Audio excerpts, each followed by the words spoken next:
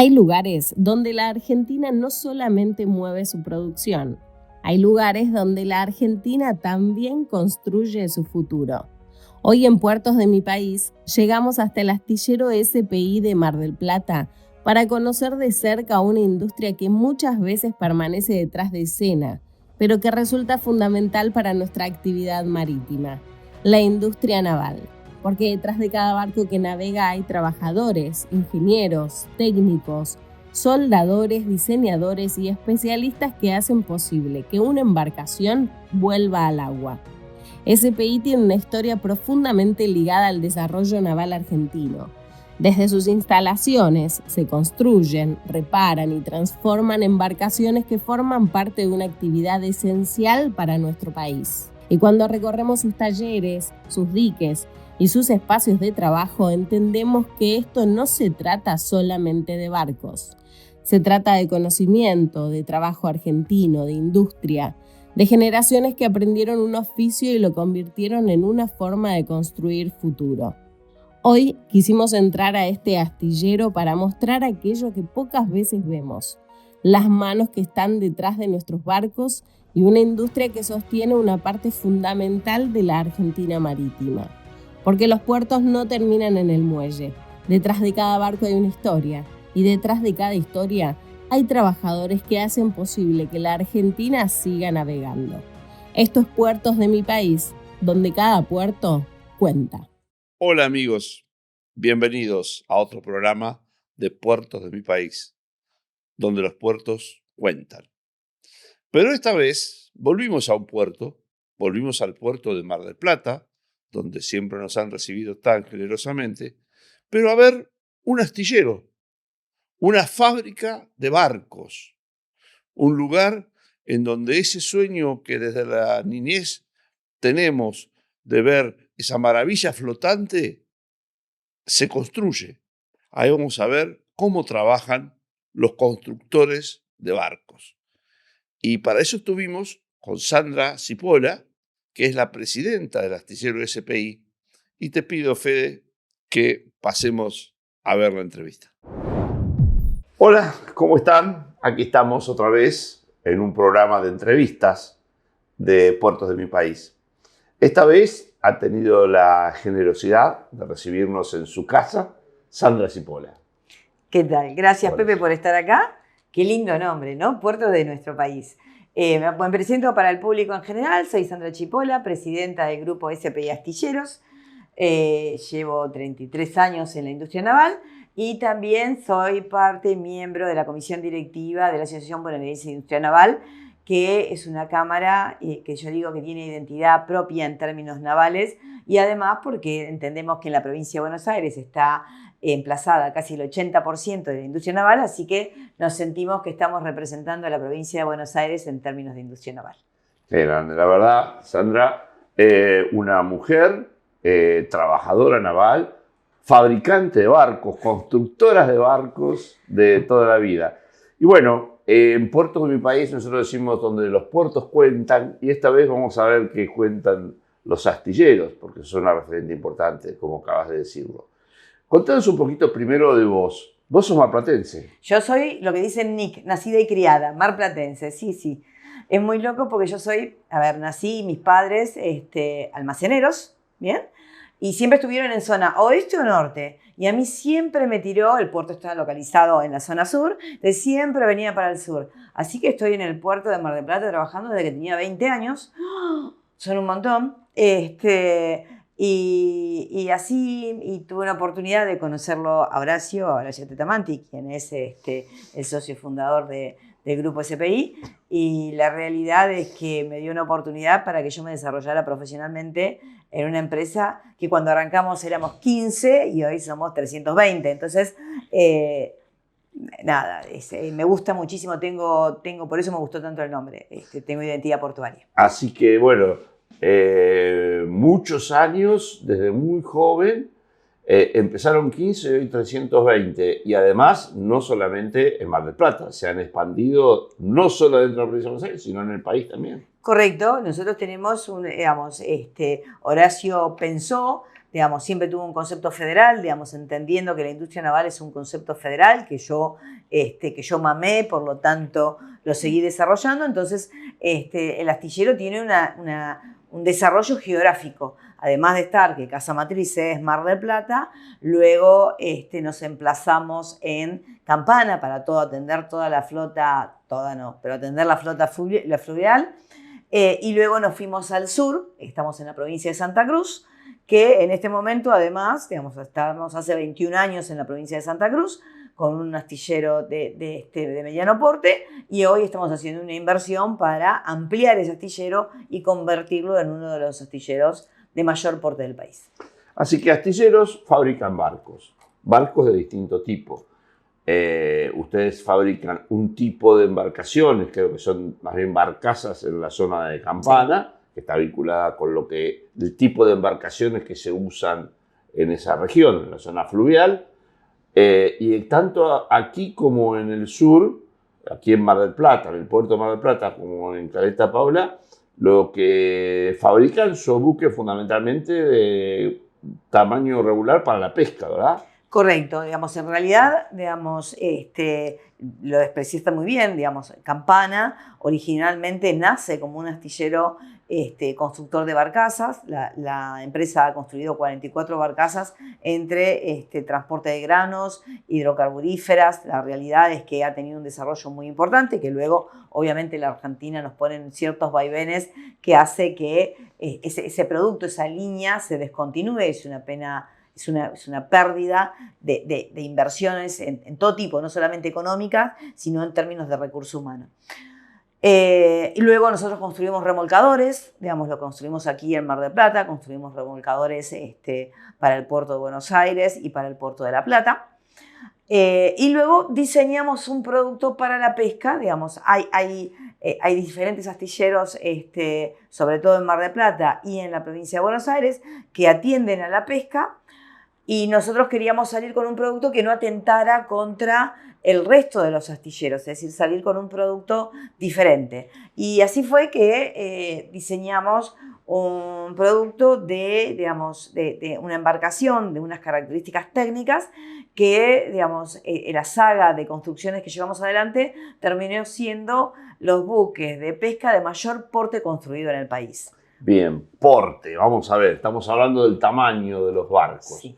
Bueno, en la pesca, ya, las barcazas, digamos, básicamente que se fabrican en Campana, son básicamente buques sin motor, correcto, digamos, son como grandes bateas que tienen capacidad para el transporte de productos y que básicamente son empujados por remolcadores. Correcto. Y los remolcadores son barcos de pequeño porte, pero de gran potencia. Así es. Que básicamente se dedican a ayudar a los grandes barcos en las maniobras y a las barcazas en su traslado.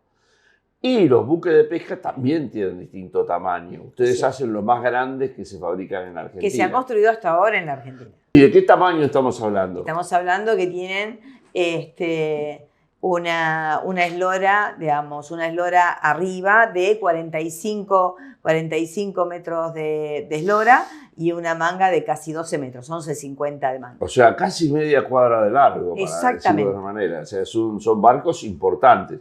Porque, claro, la pesca se hace de distintas maneras. Hay pesca, lo que llamamos los fresqueros, que son la mayor cantidad de las embarcaciones que uno puede ver aquí en Mar del Plata, que van a buscar los peces y que, bueno, traen pescado fresco, vamos a decir así. Y después están los que van a pescar más a ultramar, digamos, a la pesca de altura, que son buques más significativos y que tienen capacidad frigorífica dentro. Eso es el tipo de barco que ustedes hacen. Así es, nosotros construimos fresqueros, es decir, construimos 2 congeladores y 1 fresquero. Bien, y estamos en construcción de otro que va a ser también un fresquero. La realidad...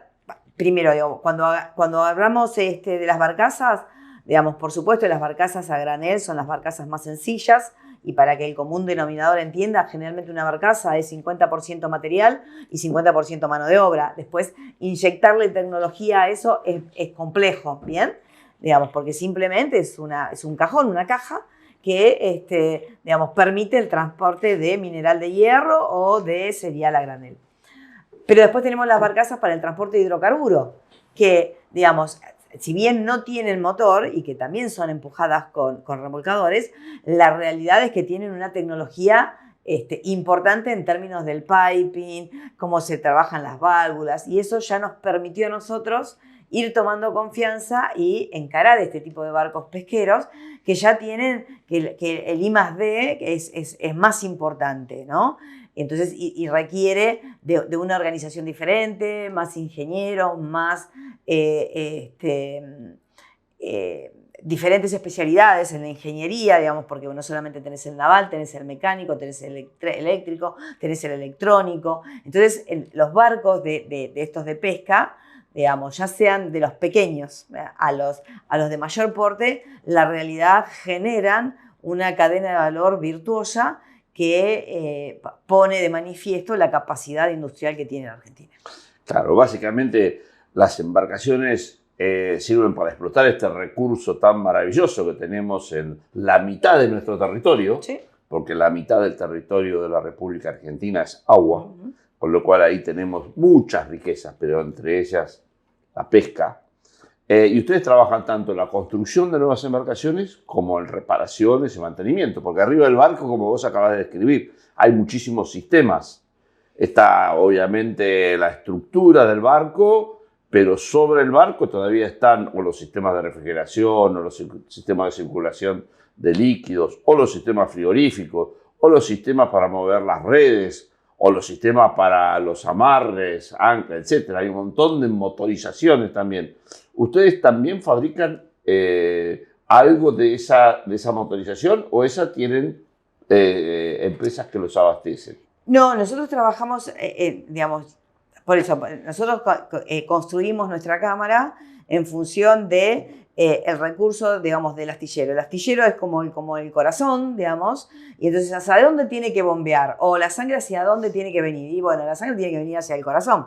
Entonces, digamos, para no cercenarnos una capacidad de crecimiento de los astilleros, ¿qué hacemos? Trabajamos con la cadena de valor, entonces la electrónica no la hace el astillero, la hace un socio seguramente de nuestra cámara o de otra cámara, no importa, y generamos valor desde ese lugar. Lo mismo pasa con el frío. Dentro de nuestra cámara hay socios que hacen refrigeración y nosotros prestamos el servicio a través de ese socio. Bien, digamos, para que esa cadena de valor sea virtuosa y no sea una concentración de poder del astillero que administre todo, sino, digamos, hacer una comunidad que permita el desarrollo de este tipo de productos que cuando vos tenés que agregarle I+D a un barco, más allá de la fortaleza y la potencia que puede tener el astillero, digamos, lo mejor es reunirse con cada especialista para brindar servicios. Hay que armar equipo. Exacto. Hay que armar equipo, cada cual tiene su juego. No es la escaloneta, sería la astillereta. Claro. Pero hay un tema, entonces, no solamente el astillero produce barcos, también produce industria. Así es. Porque básicamente desde el astillero se genera la posibilidad, por lo cual de estos 240 que me decís,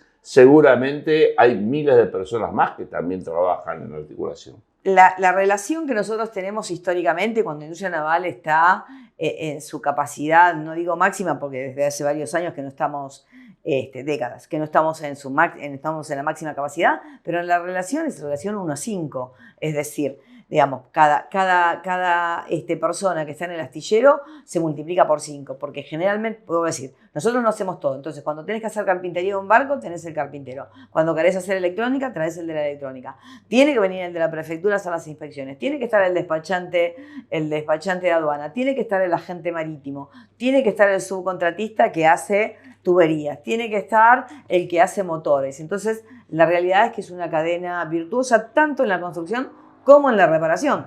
Bien. Entonces, vos acabas de decir un par de veces que hay un tema de que no estamos utilizando la máxima capacidad de producción que tenemos. Fuera del astillero SPI, aquí en el puerto hay más astilleros. Sí, hay cuatro. Entonces somos 4 en total. Y en la provincia de Buenos Aires, es decir, que está el 80% de la producción. Tanto astilleros privados como públicos, digamos. O sea, que tenemos una capacidad de fabricar barcos importante, digamos, en el país.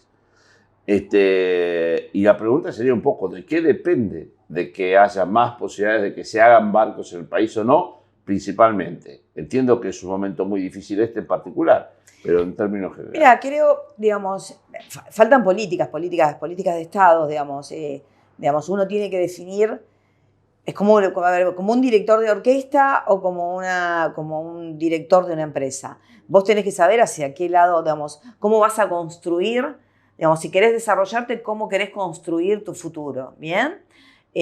Lo hago más llano. Cualquier padre o madre de familia, cuando quiere desarrollar, imaginarse cómo van a hacer la primaria sus hijos, la secundaria, cómo van a llegar a la universidad, bueno, un país es exactamente igual. Uno tiene que definir el rumbo. Creo que hoy tenemos un rumbo que no es industrial, digamos, no es que no tengamos rumbo, yo creo que sí tenemos rumbo, que es el no industrial.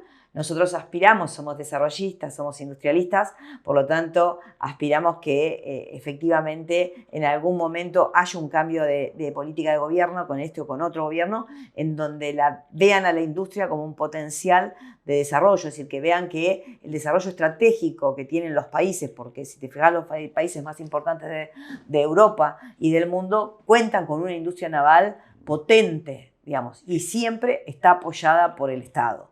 No porque sea deficiente la industria naval, sino por el impacto que genera en la comunidad, digamos, no solamente productiva, sino en la cuestión social, digamos, la capacidad de dar trabajo que tiene la industria naval. ¿Y cuáles son normalmente esos apoyos que recibe? Yo, en primer lugar, me imagino que lo primero que tendría que decidir Argentina es que necesita barcos para hacer determinadas actividades, y si necesita barcos para hacer determinadas actividades, necesita poder fabricar esos barcos, además no solamente de poder comprarlos en el exterior, y que además hay un vínculo en que con qué margen de seguridad esos barcos se van a manejar, pues no es lo mismo que vengan barcos del exterior usados, que sean barcos nuevos que se fabrican en Argentina, y además con toda esta potencialidad de desarrollo que significa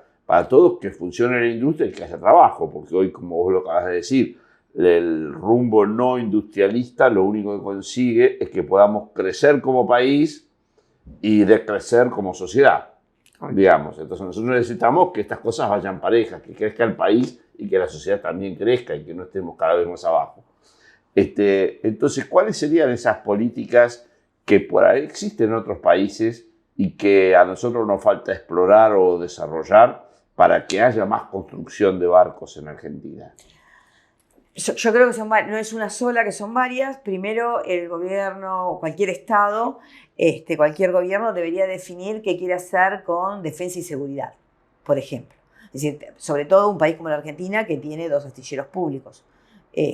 Porque Tantanor, más allá que sea una sociedad, pero es una sociedad que tiene participación del Estado, por lo tanto es público, y está Río de Santiago. Entonces lo primero que tendríamos que decir es, bueno, lo público hacia dónde tendría que estar abocado. Bueno, son astilleros de gran porte que deberían estar abocados a el gran porte. Y además, es decir, a lo que no puede hacer el privado se tendrían que abocar a lo que no puede hacer el privado, y además a todo lo que sea defensa y seguridad de un país. ¿Bien? Sí, defensa, seguridad, yo le agrego algo de logística, porque las grandes embarcaciones, o sea, estratégicos. Exactamente. Digamos, son estratégicos, son las funciones que, digamos, defensa y seguridad no la podemos delegar en terceros. Y estar dependiendo exclusivamente de terceros para tener embarcaciones, bueno, ya significa un síntoma de debilidad para mantener la defensa, ¿no?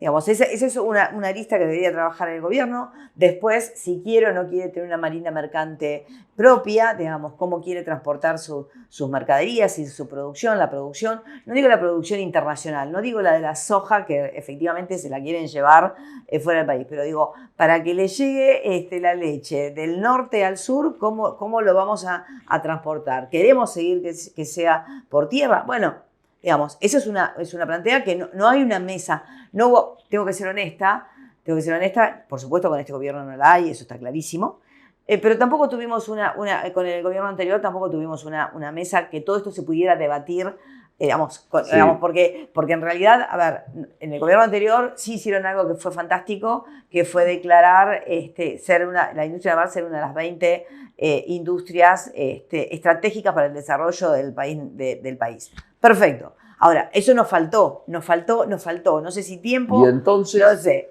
somos estratégicos. ¿Y entonces qué hacemos? Entonces, ¿qué hacemos? Exacto. Bueno, no, hace poco tuvimos la oportunidad de entrevistar a Jorge Tirabassi de Gremio de los Capitanes de Ultramar. Y bueno, hablamos un poco de estas cuestiones. Se han comentado, por ejemplo, que Argentina importa por año 3.500 millones de dólares de flete. Sí. Porque son todos barcos extranjeros los que lo hacen. Ahora, a nivel local hablamos de la pesca, por ejemplo. La pesca, las empresas que pescan en Argentina, hay empresas argentinas y hay empresas extranjeras también, pero que pescan en Argentina con bandera argentina.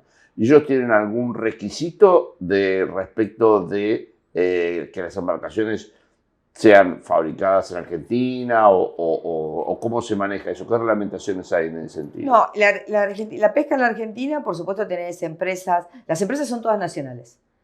Lo que pasa es que tenés de capitales nacionales y capitales extranjeros, ¿bien?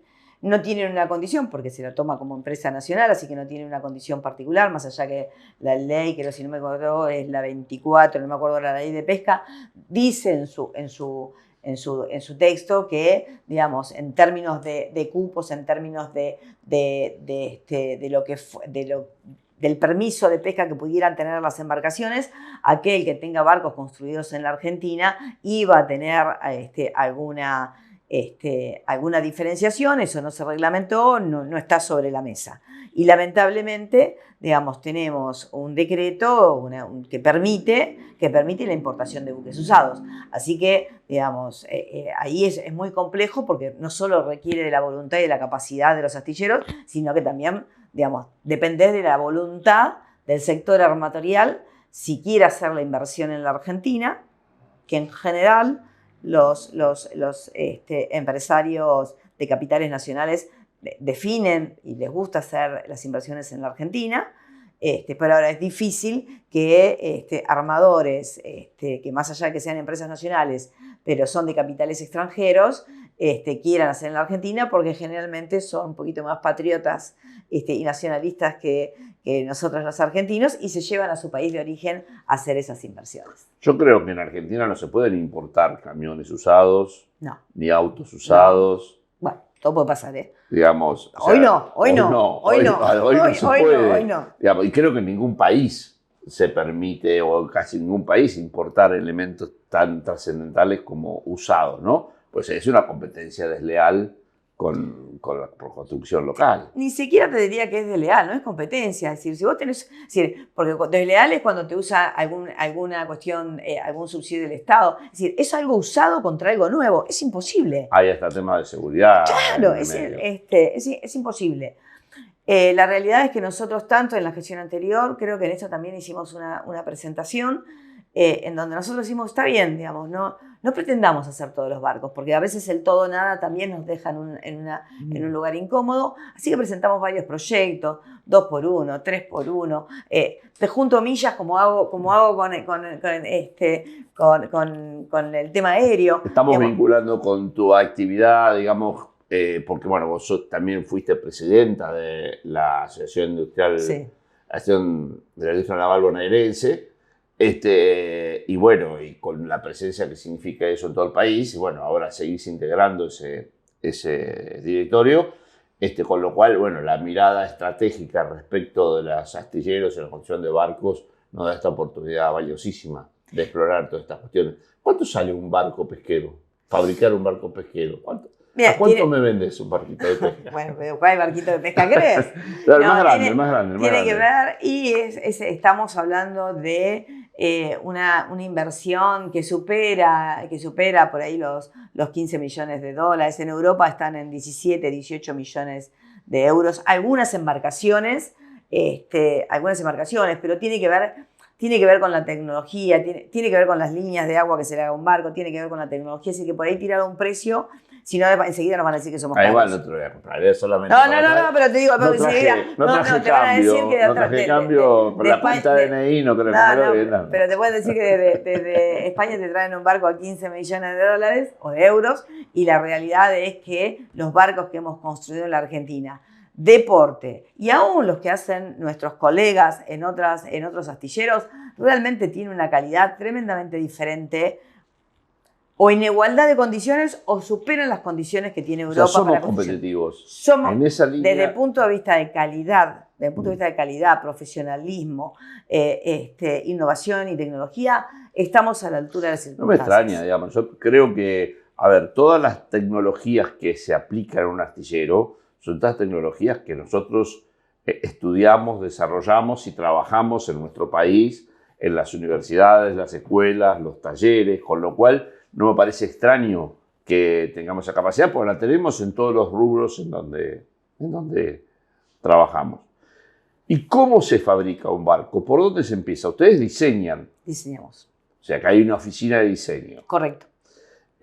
Donde trabajan seguramente ingenieros navales que hay universidades de eso en la región.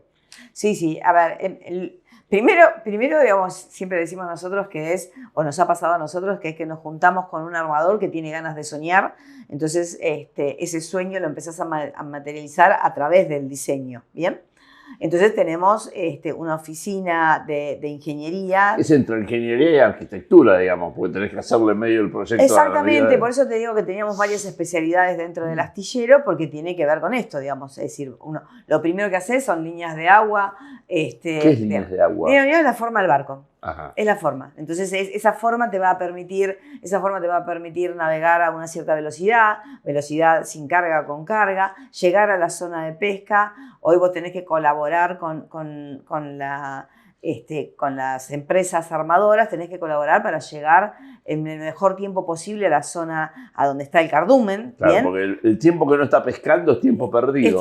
Claro, y es costo que se asocia. Por eso es importante que tanto llegar rápido y tener puerto cerca. Exactamente. Es la otra cuestión que es necesaria para que pueda descargar rápidamente y volver a pescar. Porque una vez que se llenó el barco, está fuera de servicio hasta que vuelva a descargarse. Exactamente. Así que, en términos de lo que decía de las universidades, Mar del Plata, además de tener una excelente universidad pública donde está la carrera de ingeniería mecánica, ingeniería de sistemas, también está la UTN. Bien, que tiene la carrera específica de ingeniería naval. Así que ahí nosotros llegamos a tener entre ingenieros e ingenieras, 24 ya recibidos, y teníamos unos 20 estudiantes avanzados. Creo que el número más o menos está igual, más allá de que la parte de construcciones está en baja. Así que Mar del Plata cuenta con un importante... Una infraestructura tecnológica, exactamente. Digamos, trabajamos muy bien con el INTI. Después del diseño, cuando pasamos a la construcción, lo primero es chapa. Acero, correctamente. Acero, soldar, ir armando, plegar, formar, ir armando. Así es. Yo siempre digo lo mismo cuando me dicen por qué me gusta la industria naval, digo, y tiene que ver con esto, que por una puerta te entra una chapa plana, amorfa, sin color, y en un proceso productivo en donde interviene, por supuesto, investigación, desarrollo, pero interviene el hombre con sus manos, sale desde la otra puerta, sale por el otro lado un barco, con formas romas. Yo digo que tienen formas de mujer los barcos, bien, con formas romas, con colores vívidos, como es el rojo, como es el amarillo, como es el azul. Entonces, ese es el proceso industrial más sintetizado que te puedo dar. Es decir, entra algo que no tiene forma, que no tiene color, y con la intervención del hombre, efectivamente termina en un desarrollo. Qué valioso que es. Mencionaste a hombres y mujeres, digamos. Este es un astillero que tiene particular participación, además de su presencia, digamos, de muchas mujeres trabajando. Y qué importante es esta mirada. Lo charlamos el otro día con la presidenta del Puerto Deseado también, donde también hay una mirada muy aprovechada, la mirada femenina en muchas cosas, ¿no? yo creo que es un gran aporte, un gran enriquecimiento que estamos teniendo en la actividad productiva de la industria, que cada vez más mujeres, las podamos tener. Empoderar. Empoderar, exactamente. Entonces, chapa, armamos el casco y aparte, una vez que tenemos armado ese casco, el esqueleto, digamos, con su cobertura, empiezan a medir los gremios, digamos. Y tenés los gremios porque tenés la electricidad, el frío, la bodega, digamos, toda la parte electrónica, todo lo que es el pipe en tuberías. Digamos, la realidad es que en un momento... Armás una fábrica. Armás una fábrica. Una fábrica que flota. Fábrica, exactamente. Y lo extraordinario que yo siempre digo es que, digamos, en un proceso productivo terminamos diseñando un capital de trabajo que sigue generando empleo. Es decir, que es, digamos, es virtuoso. La construcción de barcos tiene un proceso virtuoso porque no es, más allá de los astilleros que tienen para placer, todo, digo, pero cuando tenés un proceso de industria naval pesada como es la nuestra, la realidad es que terminás haciendo una fábrica que termina en el mar generando más empleo y más producción para la Argentina, y esos barcos generan divisas para el país. ¿Qué capacidad de fabricar barcos tiene este astillero y la industria naval argentina para este tipo de embarcaciones? ¿Cuántos barcos pensás más o menos que se podrían fabricar por año? Pero ahí no te puedo dar esa medida. Lo que te puedo decir, ayer justo estábamos hablando, estuvimos de reunión de comisión directiva en Avín y nos visitó gente de la provincia y nos hicieron una pregunta similar. Entonces, porque nosotros dijimos que queríamos que se retomase el tema del granelero argentino o granelero tipo Magdalena. ¿Bien? Excelente. Entonces nos preguntaban, ¿había capacidad? La Argentina tiene capacidad para construir no solamente ese granelero o un buque tanker, digamos, más allá de las cuestiones que tenemos que afinar para que nadie critique después con quién lo hacemos. Es decir, yo creo que entre la industria naval pública y la privada tenemos una capacidad muy importante para desarrollar todo tipo de embarcaciones, ¿bien? Defensa, seguridad, portacontenedores, para los buques tanker y los buques graneleros. Creo que, digamos, además de los pesqueros, además de los remolcadores de empuje, barcajas, tenemos esa capacidad. Dragas, ¿bien?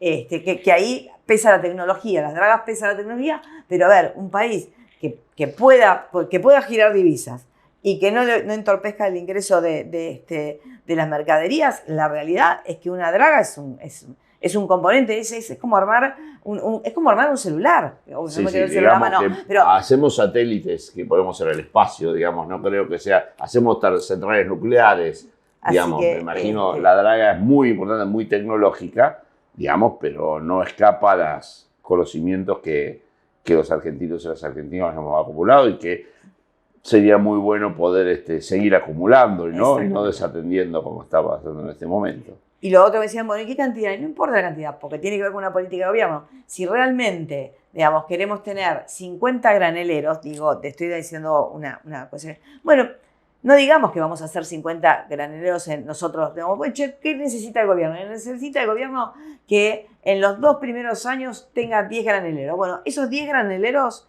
tráetelos de afuera.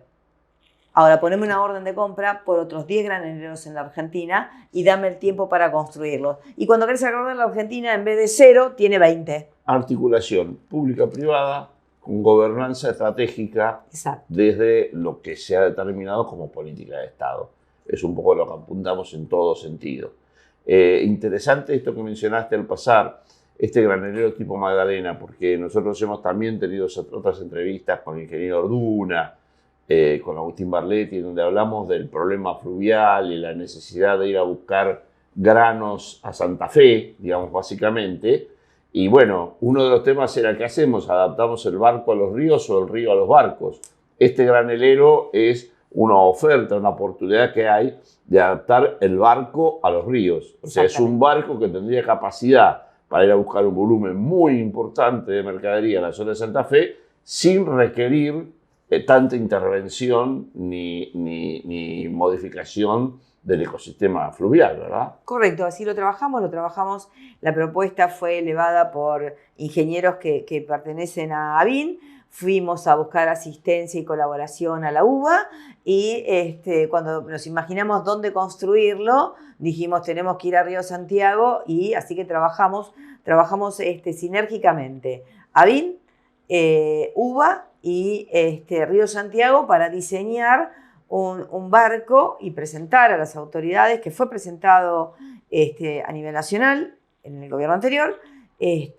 No recuerdo si a nivel provincial, pero creo que es un producto, y ayer también lo pusimos sobre la mesa, es un producto que entendemos que la Argentina debería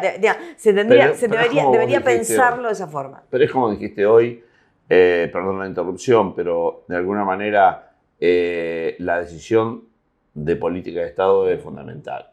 O sea, si nosotros vamos a tener, como se está pensando hoy por este gobierno, un río entregado a empresas multinacionales para que hagan el negocio profundizándolo, para que las empresas aéreas puedan entrar con los barcos que ya existen, que esos barcos ya existen, son extranjeros y que, digamos, se hace todo el circuito sobre la base de empresas multinacionales globales, digamos, bueno, ese es un criterio. El otro es que tengamos una articulación pública-privada con todo el beneficio de desarrollo social que eso significa para que, no se afecte el ecosistema fluvial como se está pretendiendo hacer, que exista la posibilidad de llevar en barcos propios y además fabricados en Argentina con todo esto que estamos diciendo.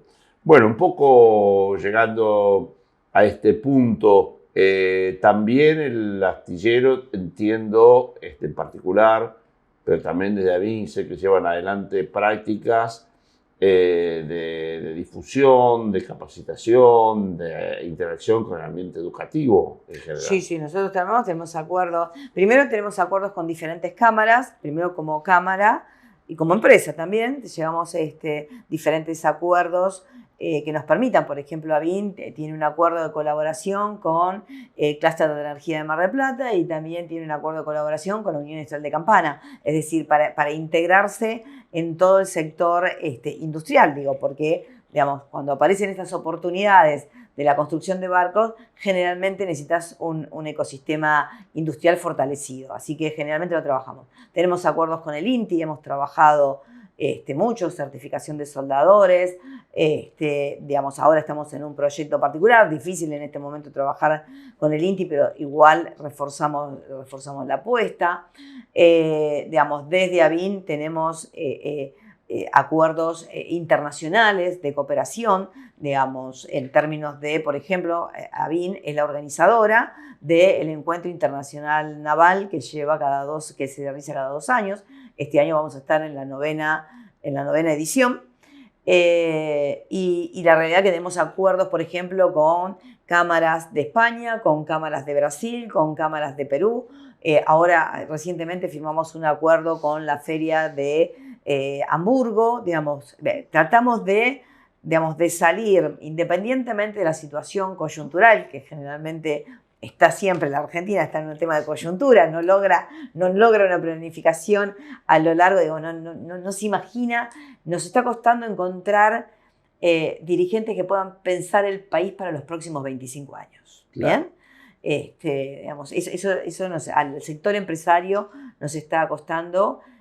Trabajamos y esta conversación es parte de lo mismo, es seguir buscando poder pensar un país más allá de los 4 años de gestión de un gobierno. Exactamente, políticas de Estado.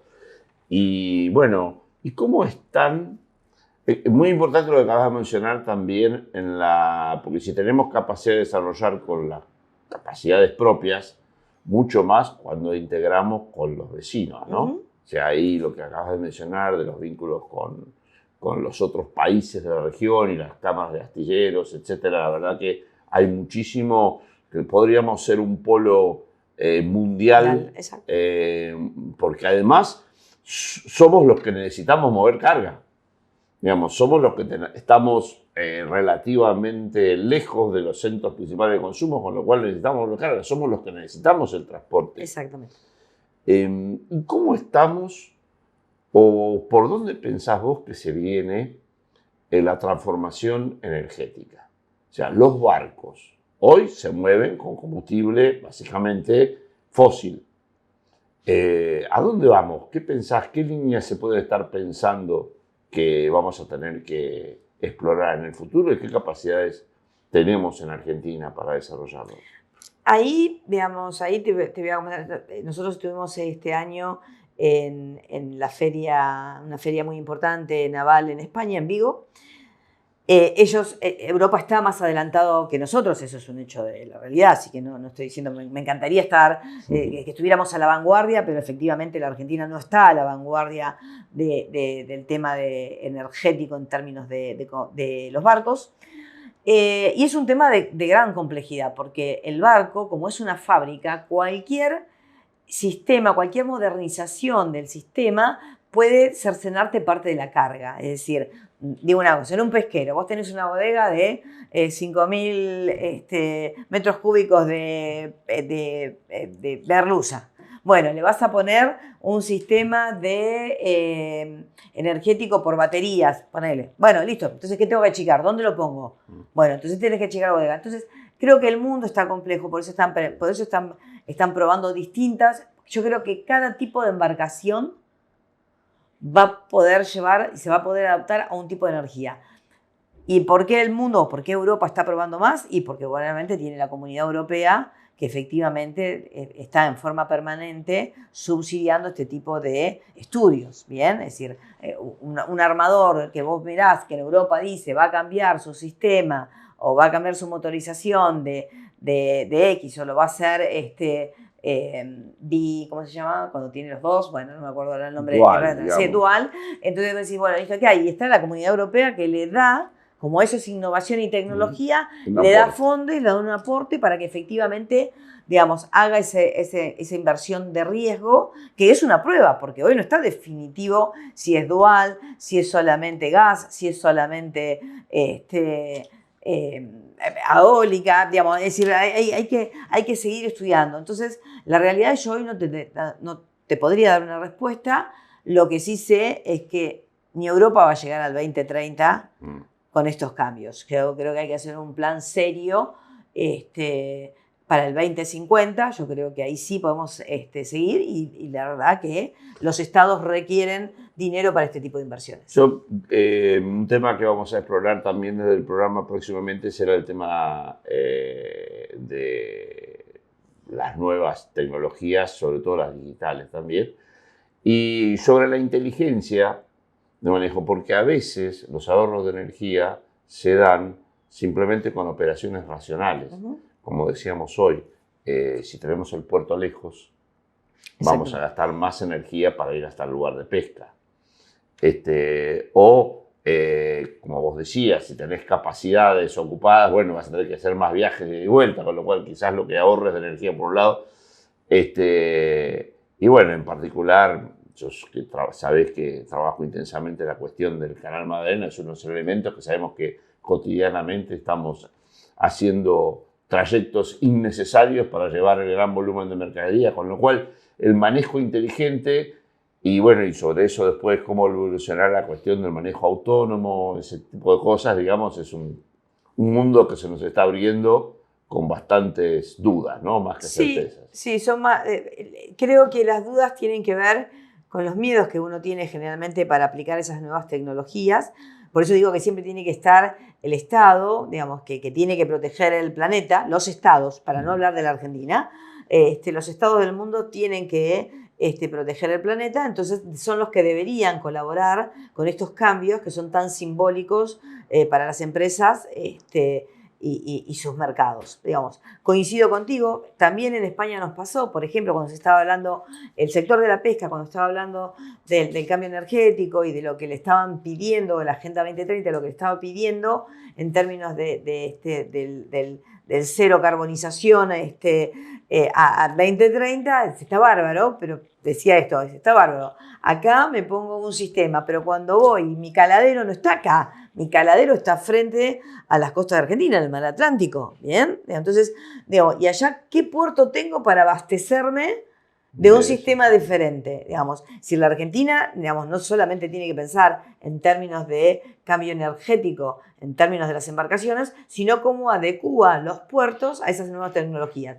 Y lo que te quiero decir es, si hasta que no definamos cuál es el camino energético, lo mejor que podemos hacer es esto, es achicar los procesos, ser eficientes en achicar los traslados, tratar de que los motores efectivamente se cambien, que los barcos tengan motores nuevos, que se ha bajado un montón la huella de carbono, y ahí tendrían que nuevamente, ahí sí, por ejemplo, el Estado argentino debería decir, che, no puedes cambiar, hay armadores que pueden cambiar su flota y hay armadores que no van a poder cambiar su flota, pero pueden cambiar y mejorar su performance en términos de motorización. Che, salgamos a darle un crédito para que pueda hacer un cambio de motor esa embarcación y pueda estar más cerca de las tecnologías que se vienen en términos energéticos. Bueno, podríamos, la verdad, es muy atractivo y muy interesante cada programa que hacemos y nos quedamos siempre con ganas de más, así que en este caso no será distinto. Lo que sí nos gustaría ahora es recorrer un poco las instalaciones, ver un poquito los fierros. Por supuesto, claro que sí, adelante, y van a poder conversar con nuestra gente, te van a poder contar, digo, para que no hable yo sola. Así que sí, a disposición para hacer el recorrido. Muchísimas gracias, Sandra. La verdad, muy atenta y muy cordial, vos y tus colaboradores que nos dan la mano en el día de hoy. Y bueno, vamos a ver el astillero. Bueno, gracias. Qué entusiasmo, ¿no? Qué pasión. Y qué importante la incorporación de la mirada femenina a esta actividad históricamente tan masculinizada. Bueno, ahora volvemos a agradecer a Sandra y vamos ahora a hablar con otros trabajadores del establecimiento. Y en este caso también una mujer, Rocío, con una alta responsabilidad, que ya nos va a contar ella, y con Carlos, que es una responsabilidad equivalente, en donde se conjugan además la capacidad y el trabajo que aporta una persona joven que está totalmente vinculada con el estudio y el trabajo académico para llegar a esta función, y una persona que acumula toda la experiencia de haber estado desde los inicios del astillero, y bueno, sumando juventud, géneros y experiencia, la suma da más que la suma de las partes. Adelante, Fede.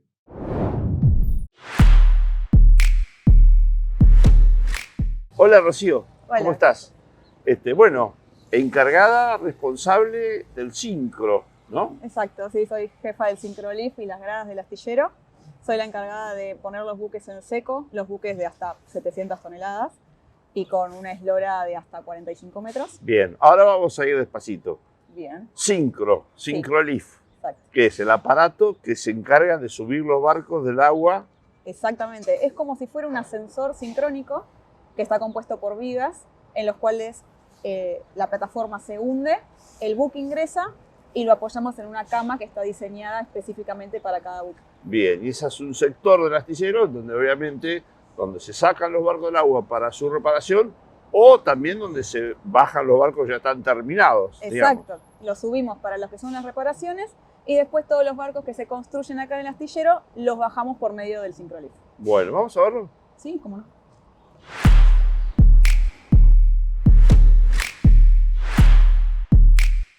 Bueno, Rocío, estamos en el corazón del puerto de Mar del Plata. Aquí vemos los pesqueros, vemos los barcos, vemos la zona turística y esto es un sincro. Exactamente, este es el Syncrolift, el famoso Syncrolift.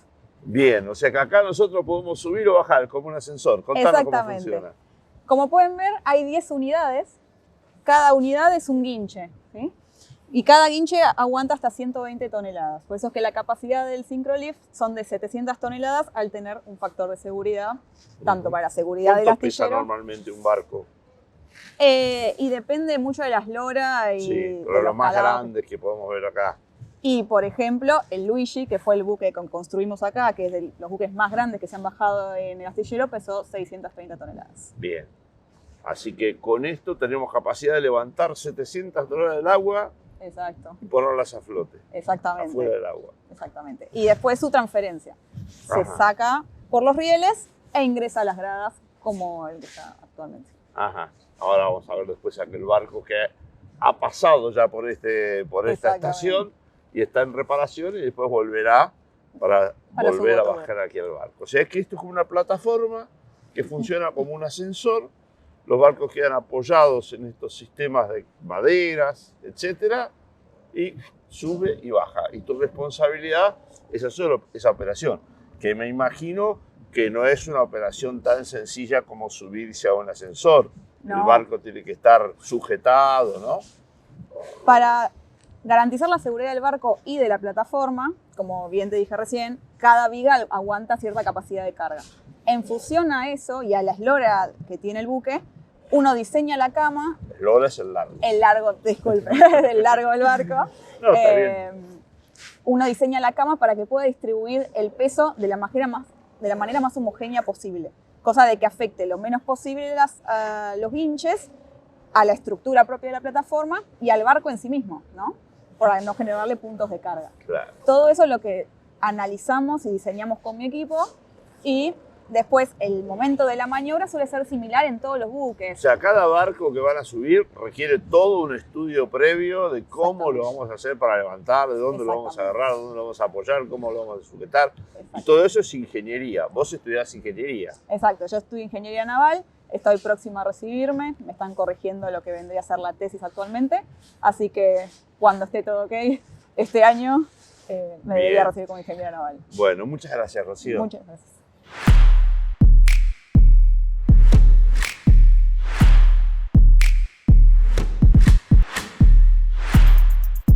Buen día, Carlos. Pues Bueno, muy aquí buen estamos día. ahora en los diques. Contanos un poco qué es esto de los diques, qué vas a sacar de los diques. Sí, señor, bueno, buenos días. Acá estamos en el dique flotante, en el dique grande de Mar del Plata, un dique de 5.000 toneladas de capacidad de izaje.